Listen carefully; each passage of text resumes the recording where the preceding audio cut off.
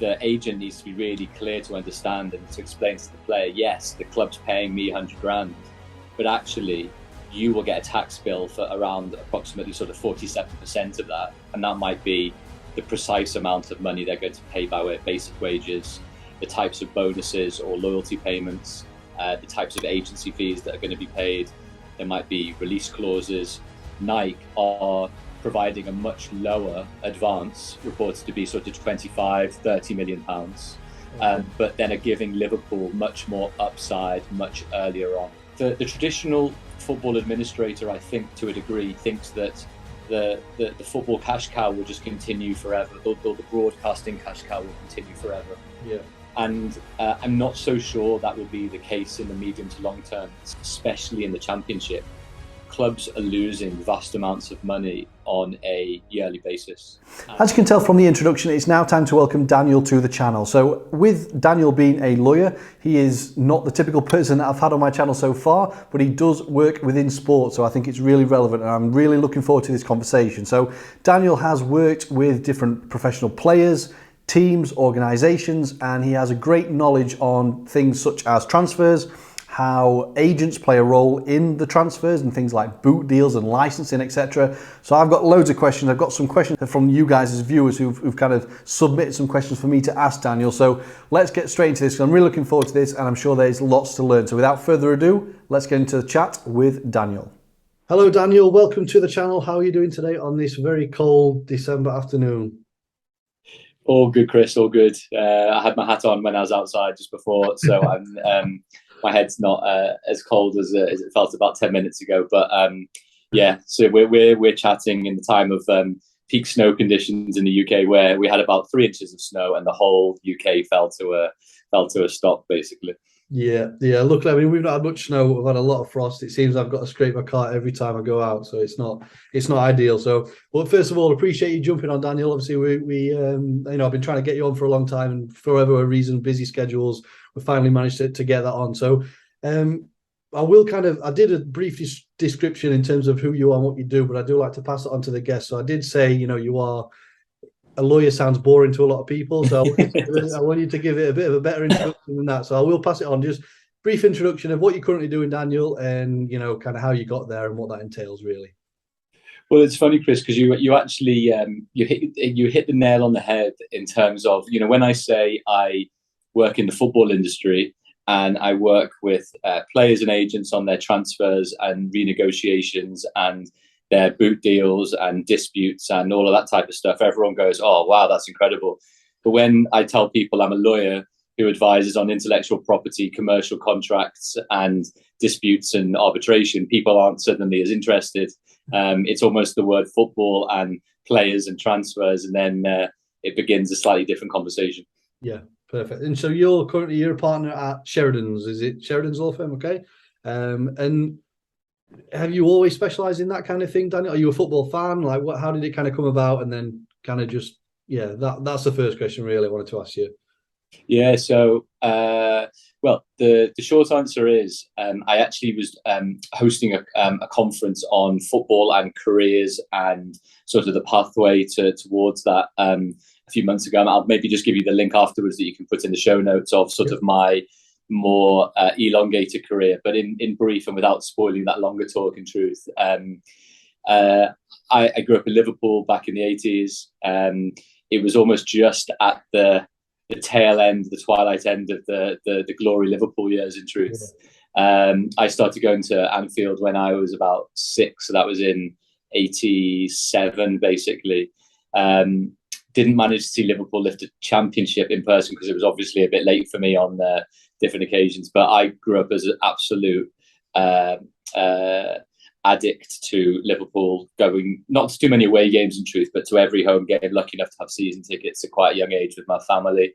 And you know, in the pre-internet days, you know, there wasn't just access to every goal that's ever been scored by Liverpool. It was basically VHS tapes and DVDs if you're lucky. But back in the day, it was VHS tapes. And so for one of my early birthdays, I recall, you know, getting the official history of Liverpool Football Club and literally wearing it out because, you know, it was one of the only things that I could sort of watch day in, day out. And memorized the goals and the commentary and everything else that obviously you can imagine happens from there. Anyway, that was the sort of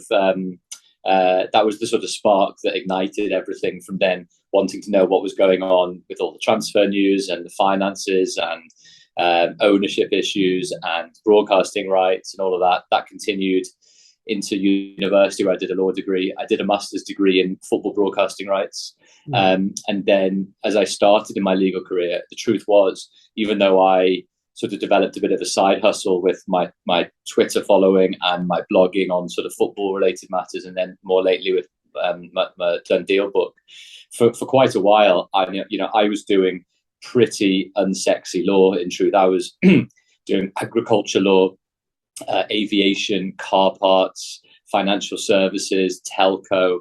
The truth is, I was sort of developing my underlying legal skill set without actually developing too much of my football and sports legal acumen. But all of those skills, all of those transferable skills, and maybe we'll talk about that in the future as well, when we chat on other topics, became really useful when I was able to make that more significant transition from vegetable regulations to football regulations. Yes. That's funny. That's really interesting. So for those that, if you watch any of our other videos on this channel, Daniel, kind of speak to people in different jobs within the sports. Obviously, you're kind of an outlier, a little bit different. You're not solely kind of employed by a football club. But that does lead on to my next question. So who are your typical clients? Is it the actual players themselves? Is it the clubs, or is it a mixture of the two?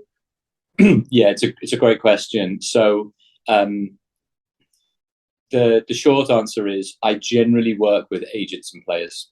Right. So I work with big, medium, and small size agencies who tend to have elite Premier League players. That tends to be the work, because can be quite obviously significant commission for the agent, significant wages over a long period of time through the employment contract for the players. And then they will have usually significant commercial deals, if it's a boot deal or a brand deal or ambassadorial deals, etc. And then the dispute side of it, which is when things go wrong and people are suing people because they think they were owed this amount of money, etc., etc. So a big part of my practice, my football practice, is working with talent. That's how I sort of call it. Yeah. The other side also is that I do and have been lucky enough to work on quite a lot of football takeovers over the last 12, 13, 15 years, in truth, at my old practice and at Sheridan's currently, where because I had quite good football knowledge, I knew how the regulations work, how the frameworks of FIFA, UEFA, FA, Premier League, EFL rules all knitted together. I understood how employment contracts in football worked, how the transfer system married up, all the types of disputes and issues that arose in terms of those types of matters. Yeah. It meant that I sort of was rolled in as the football expert on types of takeovers, and that was either from Premier League takeovers, which we did quite a lot, to a variety of Championship, League One, League Two, and actually National League deals. So the other side of my practice is, even though I don't do too much club work because I don't want to be conflicted out of the talent work that I do, it's almost I couldn't negotiate on behalf of a player if also a club was also my client, because that would be a conflict. Yeah. I tend to do more player and agent work, although if there are takeovers that happen with high net worth individuals that are looking to buy or sell particular clubs, then I will still be involved in those types of deals, but they don't tend to come around as often as obviously a transfer or a contract renegotiation. Yeah. So let's say you kind of work with an agency that might have several agents on there, which are then obviously them several agents have hundreds and hundreds of thousands of players working under them. So you're then representing the agents that are looking after that number of players then, and then see the club that they're going to will have their own legal department usually. So then is that kind of how? Exactly right. Exactly right. So it might well be that the bigger clubs now, so a lot of the clubs that I'll be negotiating against, in a way, if it's Man U or Man City or Arsenal or Spurs or Liverpool or Chelsea or Everton or almost all the Premier League clubs, will have in-house legal counsel lawyers that they're employing in order to do one of those types of roles. And that was actually one of the reasons, in a way, when I was sort of beginning and continuing my career in football and trying to think about which clients I could have as a lawyer, that clubs were actually employing more in-house lawyers, so there was less. I saw less opportunity to actually have the clubs as my clients rather than the agents as my clients. Yeah. Okay, so then how would that? Let's say I'm a player here, and then my agent is negotiating with a particular team, and my agent works with you, for example, and then I get given a contract. Would that then just be kind of passed towards you to then just check it over, check it's okay, and check that it would be beneficial to me as a player? Exactly right. So sometimes I can be acting for the player, sometimes the agent, because there are a variety of different contracts. But very briefly, there's usually at least two contracts that need to be done, and then usually quite a lot of FA paperwork, effectively too. Yeah. The two contracts are the employment contract that's going to be obviously entered into between the player and the club. A lot of that is actually already pre-agreed. It's negotiated between the PFA and the Premier League and the EFL, all the stakeholders, so that actually the main part of the contract actually doesn't change.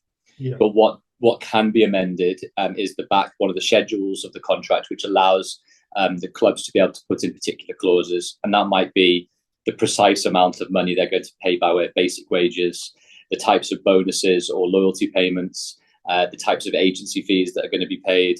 There might be release clauses. There might be particular promises, effectively called warranties, that the player is effectively making. And the other type of contract, which is also really important, is it's basically the commission contract, which tends to be between the club and the agent, basically. And in usual terms, especially for elite transfers, the club usually pays the player's agent on the player's behalf.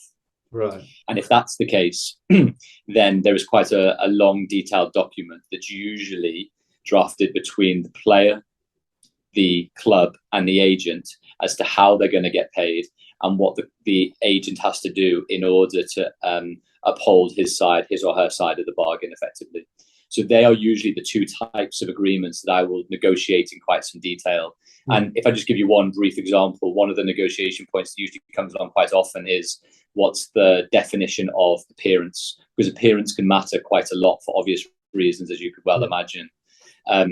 Because usually the bigger clubs and the more nuanced clubs are now paying players according to how well they perform on the pitch and how they contribute to the success of the team.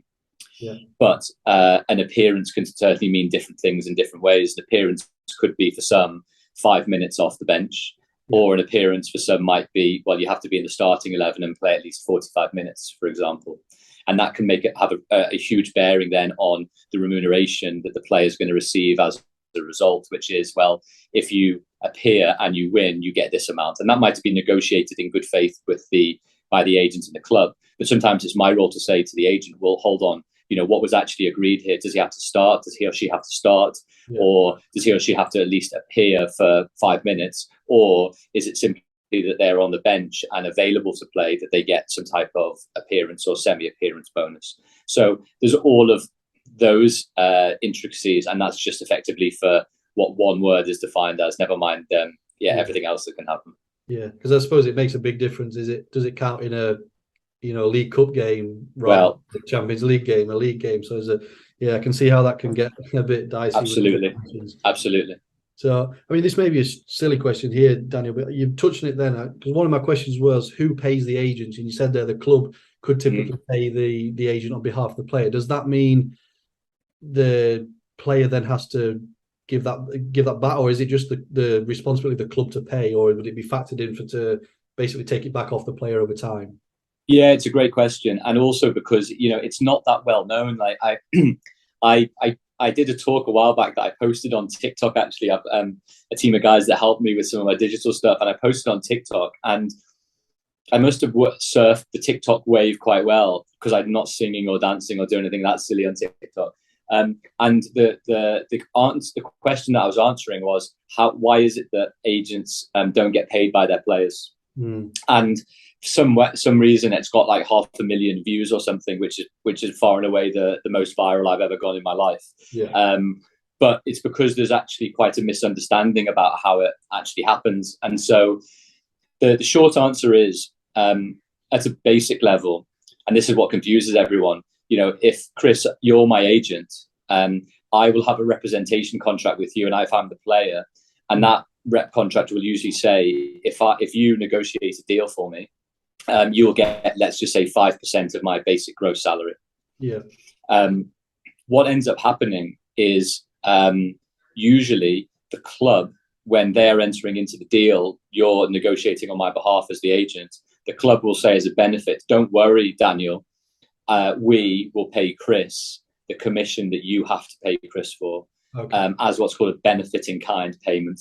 It's almost like health insurance or a company car, those type of things that a company will pay on behalf of their employee. But what happens as a result there, which is exactly to your point, if the club is paying on behalf of the player for player services, the player still has to pay tax on that benefit. Yeah. So let's say, for example, the player's agent is getting paid 100 grand by the club. The agent needs to be really clear to understand and to explain to the player, yes, the club's paying me 100 grand, but actually you will get a tax bill for around approximately sort of 47% of that, which is effectively what the taxable benefit would be. So even though you, the agent, are getting paid 100 grand, the player, me, is going to have to pay about 47 grand in tax at my next annual return. And that's where it all gets a bit tricky, because sometimes players don't realize they have anything to pay and just think the club's going to pay it, and that'll be the end of it. Yeah.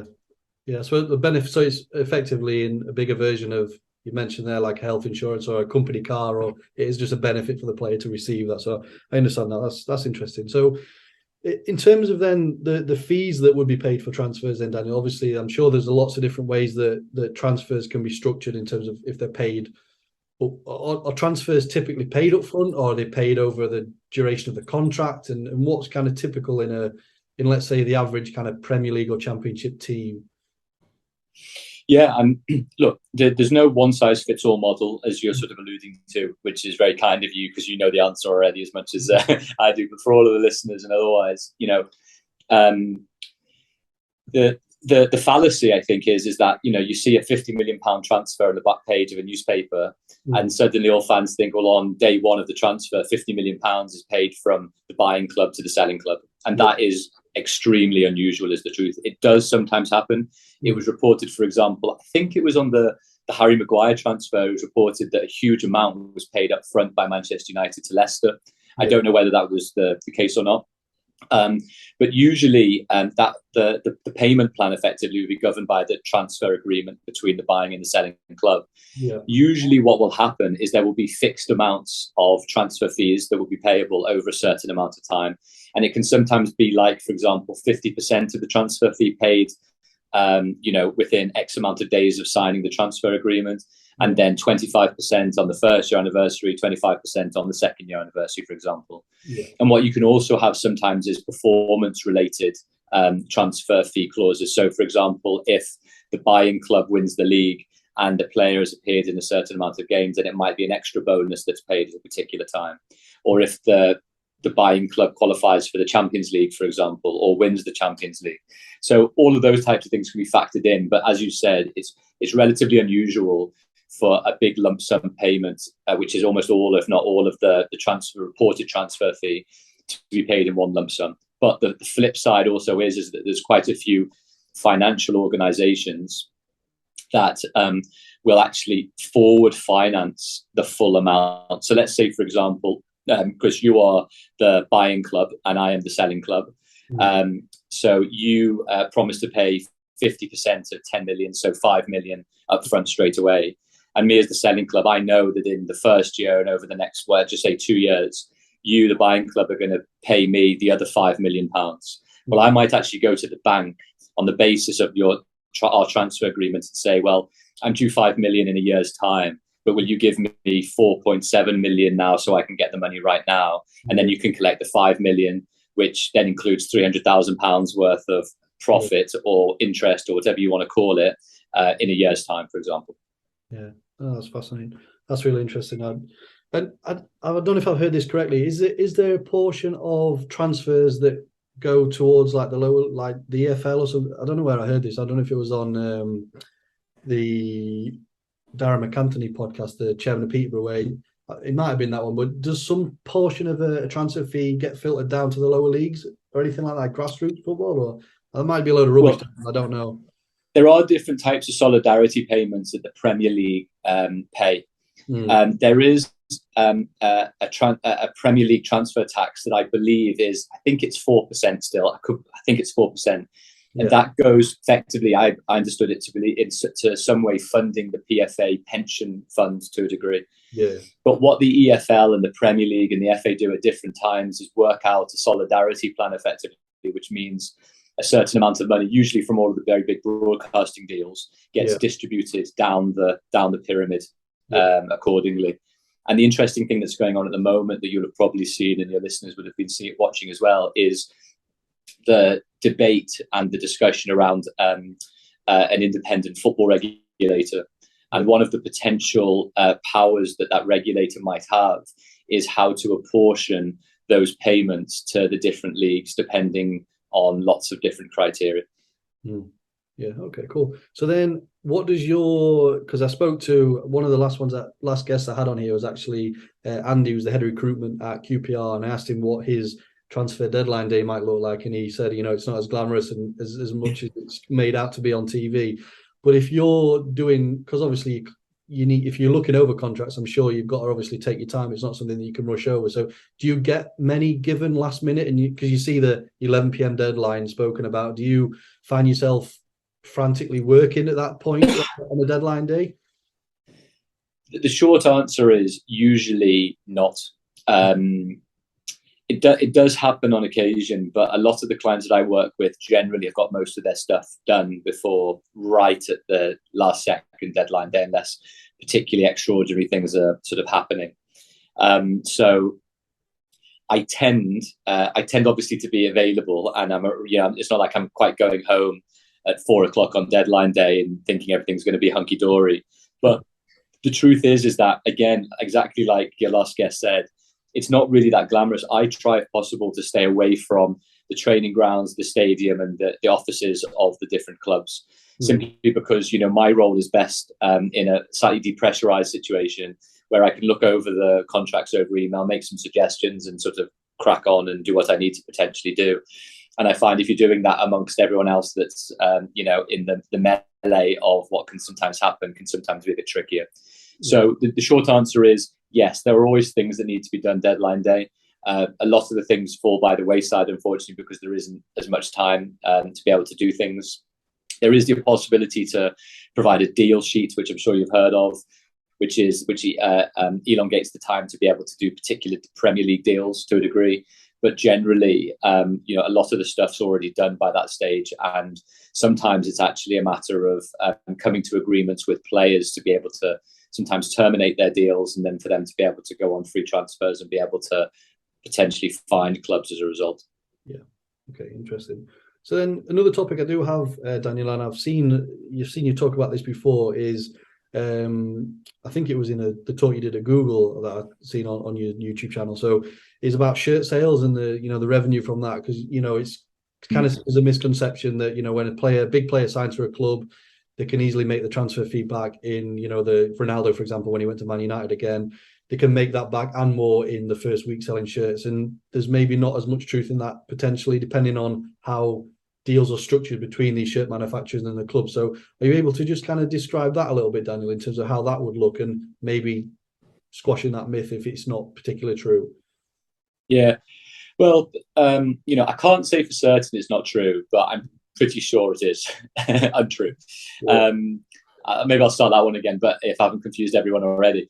But the short answer is, in my experience of speaking to people in the industry, of being involved in particular deals, and hearing what's going on.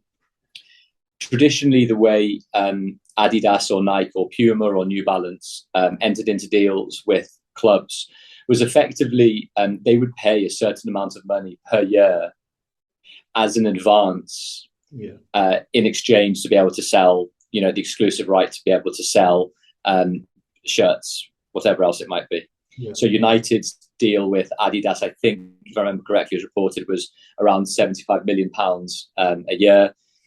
which reduces if they're not in the Champions League over a particular period of time, etc. So you have a variety of different clauses there. But effectively what that means is, there are different models and different distribution methods depending on whether a team is, or for example, Adidas is selling the Man U kit on their website, on the United website, in United Retail, in Sports Direct, or in a market stand, whatever else it might be. There's always different models for then how shirt sales are then apportioned. But the basic position tends to be is that clubs won't tend to get any additional money over and above that, let's say, £75 million advance in United's case, unless a certain amount of global shirts are sold in a particular season. Yeah. Now, I've no idea whether those thresholds are met. Sometimes, let's say, it might be, well, Adidas needs and United need to sell 2 million shirts per season. And then after that excess is hit, then there's a revenue split of a certain percentage over and above that number. Yeah. But people actually quite significantly overestimate the number of shirts that tend to get sold in any particular year. Yeah. It was interesting when it was the New Balance Liverpool case, where if you remember a few years back, New Balance were trying to renew the Liverpool deal. Yeah. Liverpool wanted to go with Nike, and New Balance felt that they had a contractual right to extend the deal. The numbers that actually New Balance put forward were not as significant as people thought, sort of under the 2 million figure, quite considerably under 2 million shirts per season, etc. So the basic position generally tends to be, and again, I don't know this because I haven't seen all these contracts, and I wouldn't be able to tell you even if I did see them, because obviously they'd be confidential. But there's a big query over whether, even if a particular big club managed to sell more than the excess number, that actually the profit distribution would actually be significant enough in any event. Yeah. So basically, it would be the manufacturer that would benefit the most from a signing such as that, potentially, if that's the way. Correct, and it makes complete sense, doesn't it, Chris? Really, because ultimately, Adidas, Nike, whoever else it might be, need to be able to recoup enough profit in order for the advance to make sense for them. Otherwise, they're not just going to say, well, we're going to advance you 75 million, but actually we're going to give you 50% of the profit up front, because that just wouldn't make sense. Yeah. So you've got to basically think logically in a way of commercially how this is going to work in practice, unless, for example, you do what it's reported Liverpool and Nike are doing at the moment, where Nike are providing a much lower advance, reported to be sort of 25, 30 million pounds, but then are giving Liverpool much more upside much earlier on. So there's always that lever of, do you take less upfront and then do you risk the upside, or do you want to take more upfront, which has been traditionally the model, and then take less of an upside as a result? Yeah. Okay. And I suppose that leads on to kind of endorsements like boot deals, which you may be able to talk about a little bit, Daniel. I think that actually leads on to, like, for example, if a big Nike player, sponsored by Nike, moves to a team that is then Adidas, then Adidas are going to make a hell of a lot of money on that player, although he's Nike. It's a bit strange how they overlap. So first question really, have you dealt with things such as boot deals and endorsements in terms of that? So can you give that in layman's terms, how they would work and what a player's obligations would be, and maybe what they can and can't do, basically? Yeah. No, it's a great point. And the point that you made in the beginning is actually a really interesting one, and we'll talk about that in a second. But in basic terms, if you're wearing a Nike kit right now, and it might well be that you've got an exclusive agreement with Nike, and if you do, that will effectively mean that if you were to wear an Adidas hat, then you would potentially be in breach of your agreement with Nike, because Nike would say that you can't wear any of our competitor gear because you're effectively diluting the message, and would not, and obviously if Nike are paying you a lot of money, you're only going to be able to be exclusive to our brand, for example. The other thing that's interesting, which can sometimes be the case, is, a particular boot brand might say, right, we're going to pay you £100,000 a year. But that might be dependent on where the player is playing their football at that particular time. And they usually classify that across different categories of clubs. So it might be category A, category B, category C. Okay. If it's a Nike contract, for example, it's more likely that the category A and B clubs are going to be Nike clubs. Yeah. Which means as a result that if you are at a player, you're a player at a lower category club, and then you move to a higher category nightclub, even though your night contract doesn't change, you'll actually be paid considerably more because you'll have greater visibility as a Nike athlete playing at a Nike club. And the flip side is obviously also true as well, that if you're an Adidas athlete and you transfer to a Nike team, it might well be that your effectively what's called base retainer increases. It might not quite be at the same level because ultimately, if you're an Adi player, Adidas don't really want you, if possible, playing for and getting and showcasing your talent in a Nike team and vice versa. And so you have all of these quite interesting sort of semi-conflict, commercial conflicts. So if I give you a couple of examples, Lionel Messi, for example, Messi plays for PSG, who are a Nike Jordan team. Yeah. He individually is sponsored by Adidas. And as you know, Argentina in the final World Cup now are obviously an Adidas team as well. Yeah. Whereas, for example, Harry Kane is completely uniformly Nike. He's individual Nike. He's Nike Spurs and then Nike England. So then would that then mean he would probably be on a much higher... Well, no, I know it goes on the player and the player's ability, but if he's solely Nike, then he's surely worth more to Nike than somebody that is... I mean, Messi's not the greatest example to compare him to, but do you know, if it was another Premier League player that played a bit of Nike and a bit of Adidas for his international, I suppose that would be worth less than to Nike? Yeah, I almost look at it the other way around. It's exactly the same point, which is if Nike have full exploitation rights across his individual, his club and his country, he's much more likely to be exploited across loads of different platforms because he aligns completely. Yeah. Whereas, other players are, it's not quite the same. Salah, for example, I don't actually know who Egypt, Puma, maybe. Egypt to maybe Puma, Salah's Adidas, and then obviously Liverpool, Nike, etc. So there's lots of different permutations, but everybody still needs to live within that sort of ecosystem.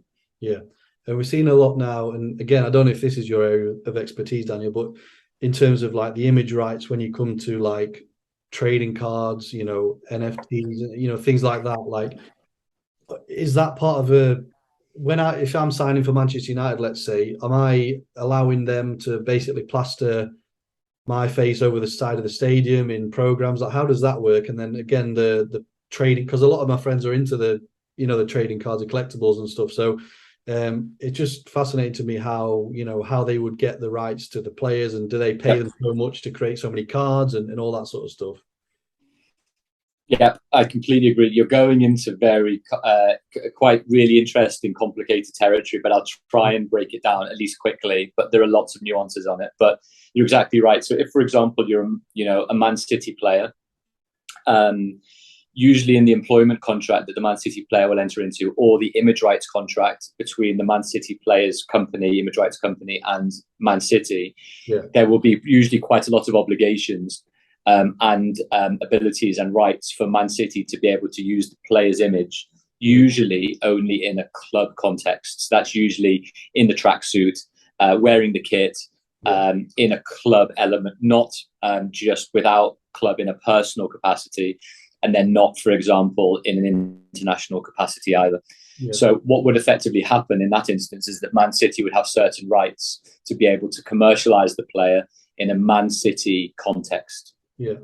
What can then happen is, trading card companies and NFT and digital companies may decide that they want to have agreements also with lots of other different stakeholders.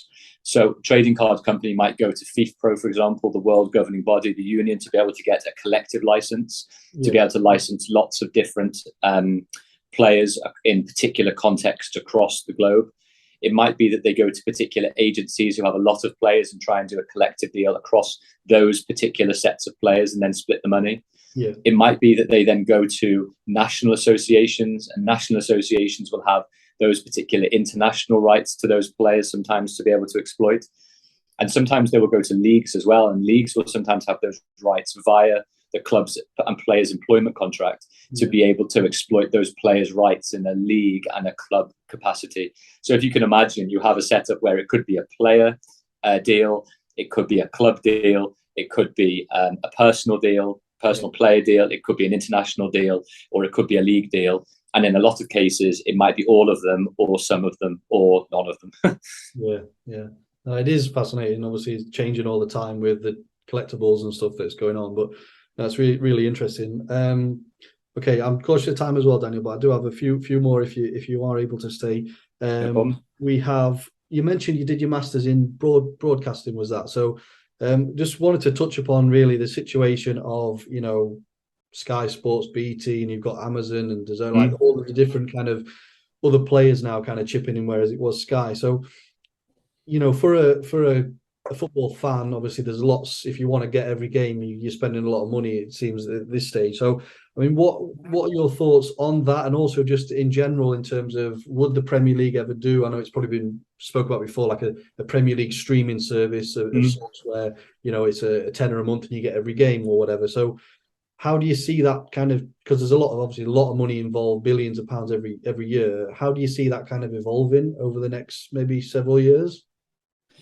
It's interesting you say, Chris, because I'm trying to write a piece on it at the moment, actually, because I think change is coming. I don't think change might come in the short term, but maybe in the medium to long term, because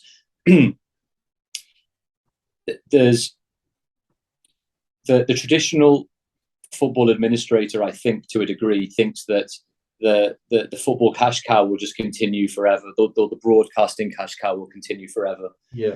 And I'm not so sure that will be the case in the medium to long term, simply because the Premier League and the Champions League, to a large degree, especially in large Western economies, has been behind the paywall for a huge amount of time now, since 1992 for Premier League, effectively. Yeah. And I think I'm 41, I'm more or less one of the last generations of children that grew up with football in front of the paywall, where it was effectively free to air on BBC and ITV to a degree. And I was brought in, I consumed that content. I was effectively, conditioned to watch a lot of live football, even though there wasn't that much live football on. Whatever live football was on, I sort of lapped up. And I think the problem now is that, and a lot of administrators will appreciate this as well, it's just whether they're going to do anything about it, is there are a lot more easier ways for younger generations to consume content and have their attention focused towards than football. Yeah. And that's, Netflix, Amazon, Disney, whatever else it might be, but it's mainly gaming. It's mainly computer gaming. Yeah. And that's because, for lots of different reasons, as we can talk about maybe another time, but if it's ease of access, if it's ease of subscription, if it's community focused, if it's, developments that happen, if it's, esports, if it's all of those things combined, which effectively, I think, are turning younger generations off watching live football or live sport or whatever you want to call it, because it's been behind the paywall for too long. And I think the usual slogan is, the younger generations don't have enough attention spans and they can't sit down and watch anything for 10 minutes, never mind 90 minutes, never mind whatever else it might be. But I simply don't think that's the case. I think, if I watch my cousins play Fortnite for 9 hours sometimes, or be on YouTube for 4 hours doing whatever they want to do. Yeah. It's actually the ease by which younger generations are able to consume the content that they want to be able to consume. Yeah. And it's not an attention thing. It's, I think, an accessibility and a subscription economy-led thing.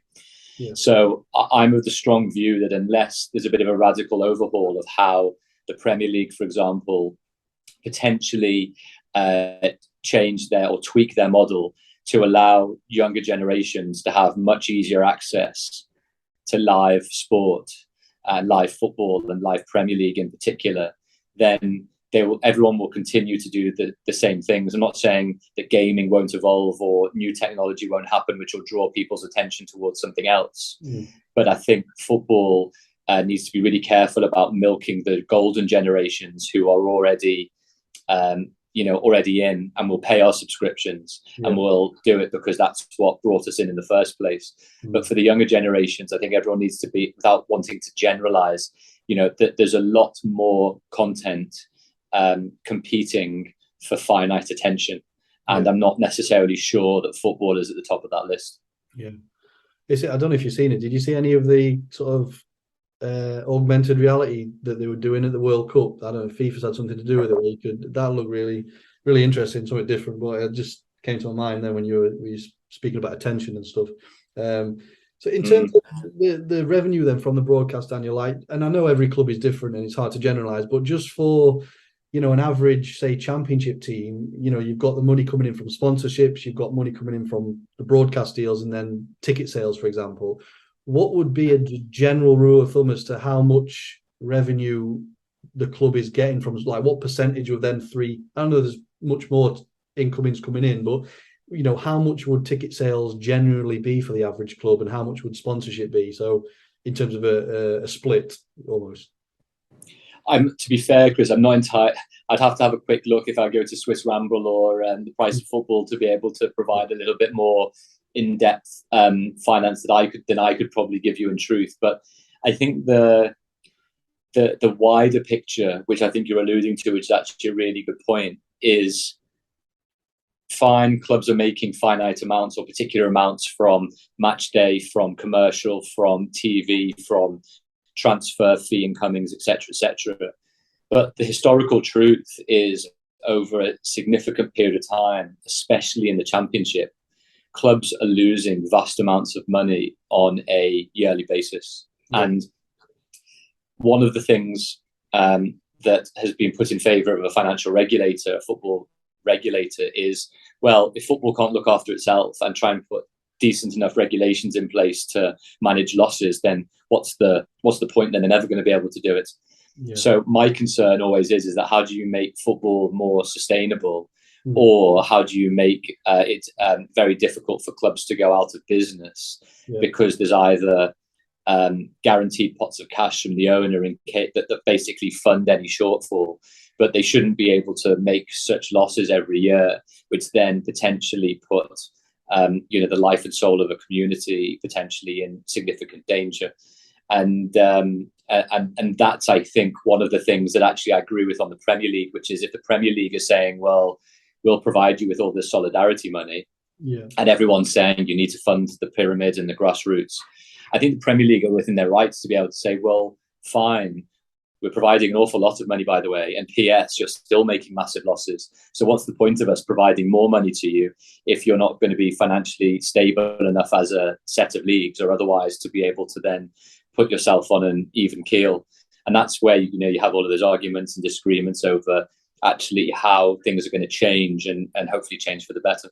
Yeah, because you touched on there, like in terms of financial fair play and things like that, when that came in, does that allow a club to make certain amount of, they can make a certain amount of losses per year, and how what's the main objective of financial fair play? And just a brief overview, if you can, Daniel, just to explain what that actually is and why it's there. Well, again,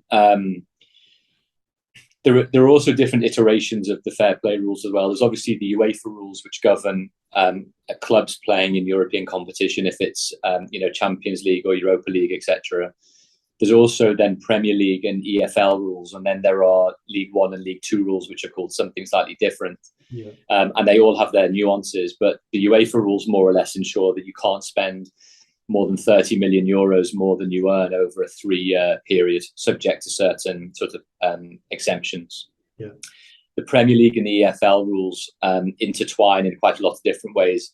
And the Premier League rules effectively say that you can spend in excess actually of £105 million over a 3-year period of what you effectively earn, with some exceptions.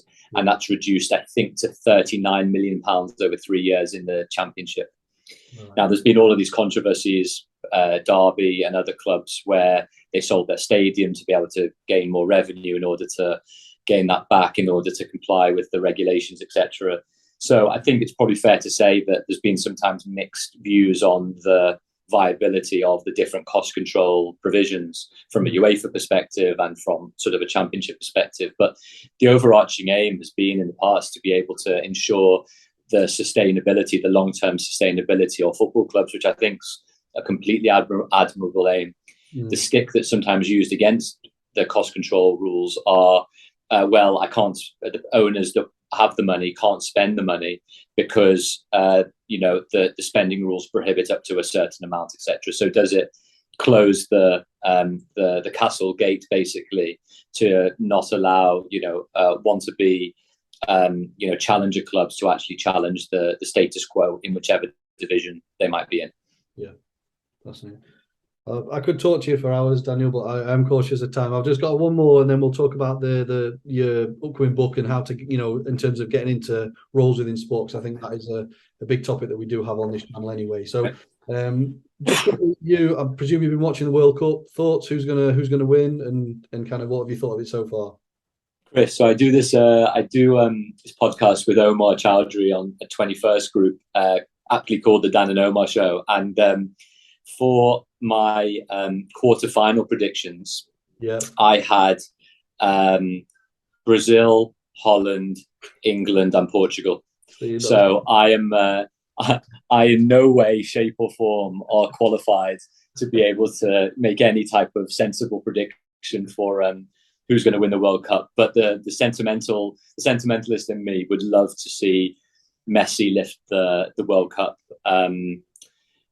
If not only because France have been there and done that a little bit before, but I think the romanticist would love just for everyone, I think, to see sort of Messi lift it in the sort of, you'd probably say the twilight of his career in truth, but the moments that he's produced, even in this World Cup on the football pitch, has been quite extraordinary, really.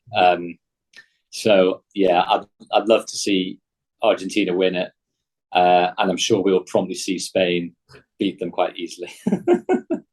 France. So yeah, I think agreed. I think I'd much rather have them to win than France win it back to back. I think so. That's cool. So you mentioned there again the podcast that you do, Daniel. So for others that want to hear more from you and stuff, obviously you've got your own YouTube channel. You've got I went on YouTube channel. The first video that pops up is you on Sky Sports News. So it's a privilege to have you on my channel as well. So you've got loads of content on there, which is really, really informative. You mentioned the podcast that you currently do. Is that a weekly thing, or how often do you do that?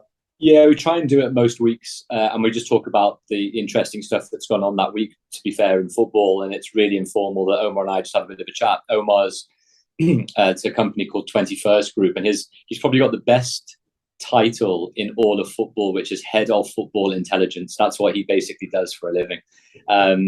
And yeah, he's a brilliant mix of an incredible communicator and a really detailed stats and data insight per individual. So, I give, my tuppence worth on the various, legal and regulatory and contractual stuff that will always crop up in the papers and the press. Even, for example, today, the Super League judgment, Attorney General's, Advocate General's judgment that came out today in the European courts, that we'll probably talk about next week, depending on the final. And then, he's got just incredible insights as to, where a player is ranked within their league table, where clubs are in relative strength, particular insights they have about certain players and leagues and structures and transfers, etc. So, yeah, we do that live actually on Twitter Spaces most weeks, and then we just then post that as a podcast as well, just for people to be able to listen out. Cool. So yeah, both of them, I will link them in the description below for anyone that wants to check them out. I do recommend that. And you mentioned again, we spoke a bit before we joined on the call, Daniel. You've got a book coming out soon, and that is about getting into a job within sport. Is that right?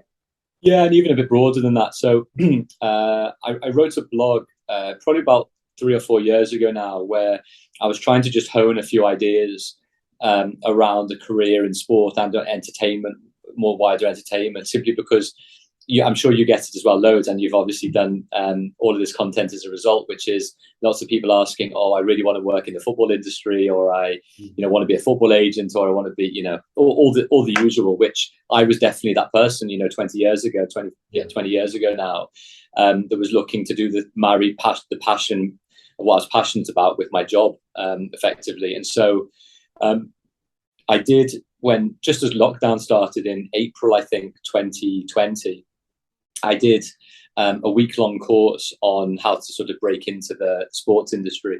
And that got me thinking about, as well as with the blog, whether actually I could write something that gave people a better insight into sort of my journey, but also other people's journeys. So I interviewed almost 50 people from across football, sport, entertainment, fashion, music, TV, film, and sort of asked them similar questions, although it went off in very cool different directions as to their experiences, their journeys, the stuff that they learned about themselves, that obviously all the stuff that always goes wrong, and how you pick yourself up, how you develop resilience and perseverance, and a sort of inner confidence in yourself that even though it might not happen for you in the short and medium term, it can still happen in the long term.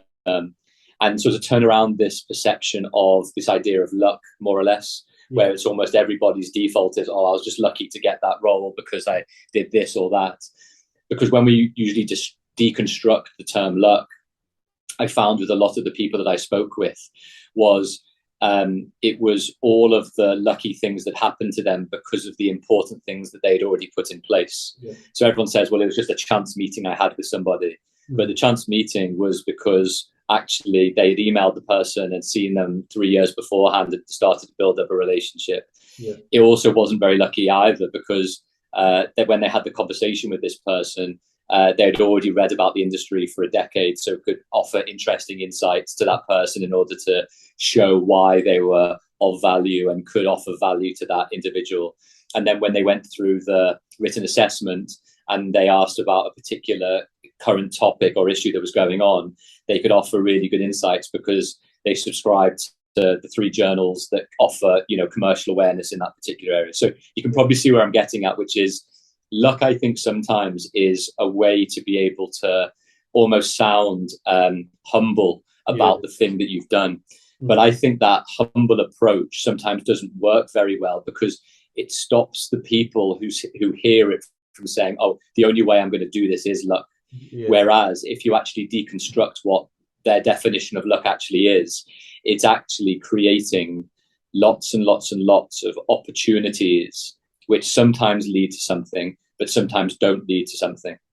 But the more opportunities and the more conversations and the more connections and the more relationships and the more conversations you have with people inside and outside of the sector, the more likely you are to be able to get closer to the thing that you actually want to do in the end. Yeah, perfect. That's a good way to end. Like I say, there'll be many people watching that are looking to get into sport. So when's the book out, Daniel? So I'm hoping it will be for pre-order at some point in January, and then I think probably available digitally slightly before the physical book. But yeah, basically the book's called Build the Invisible. That's the name of the book, Build the Invisible. And it's basically practical ideas for achieving your dream career. It's sort of accompanied with lots of different podcasts, lots of different content, and hopefully people will find it of value. Cool. Nice one.